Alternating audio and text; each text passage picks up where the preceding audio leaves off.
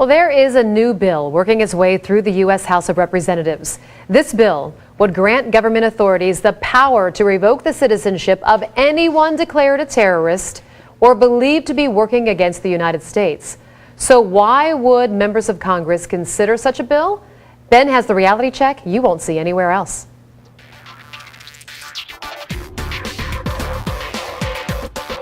The bill is H.R. 3166, also known as the Enemy Expatriation Act.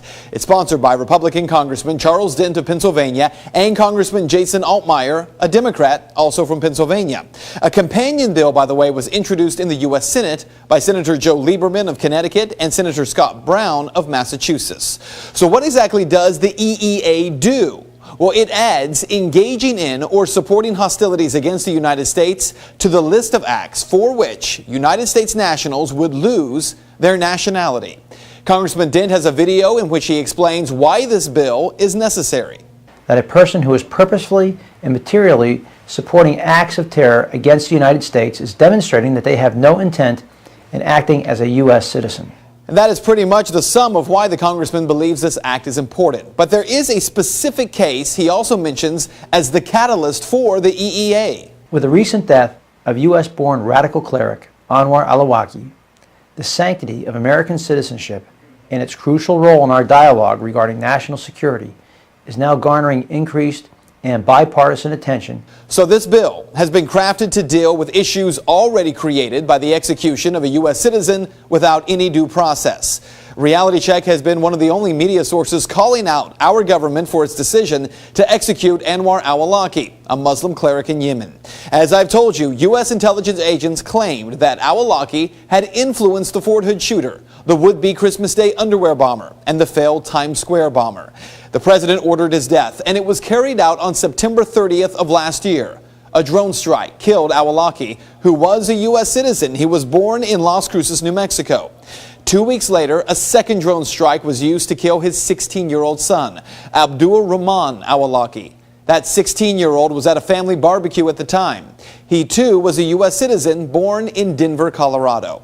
But if the two were terrorists, why can't the U.S. go after them as the president did? Well, a couple of reasons, the most important of which is a little thing called due process. Under our Constitution's 14th Amendment, no state shall deprive any person of life, liberty, or property without due process of law. As I've told you in the past, al-Awlaki was given no due process, never charged with a crime, never indicted, never had charges brought against him in a military tribunal. He was not given the opportunity to face an accuser. And because of national security issues, the evidence against al-Awlaki was all a secret. You see how this works? So the answer, obviously, the Enemy Expatriation Act.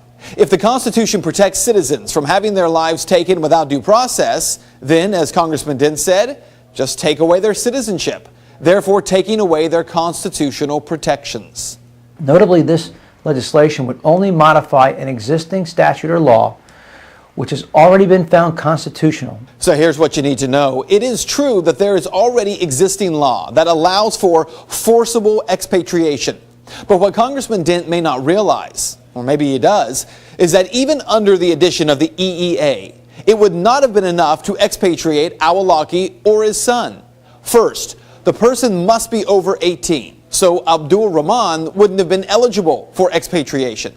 In addition, there is a high standard for revoking citizenship, and it includes this. The party claiming, in this case the feds, that a person has lost his U.S. citizenship has the burden to prove by a preponderance of the evidence the performance of an act of expatriation and the intention to relinquish citizenship.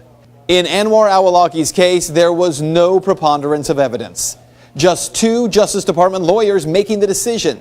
No judicial panel, no transparency, nothing. In fact, reports indicate that when the decision to execute al-Awlaki was made, it was 2 years before his death. And those two Justice Department lawyers, they never evaluated the evidence against him. Congressman Dent's EEA would not have legally applied, making it either ineffective legislation or just the first piece of reestablishing the law of forcible expatriation. And that is Reality Check. If you would like to make your voice heard on this story, I'm sure you have an opinion, you can head over to Ben's Facebook page. You can find it by simply searching Ben Swan, WXIX.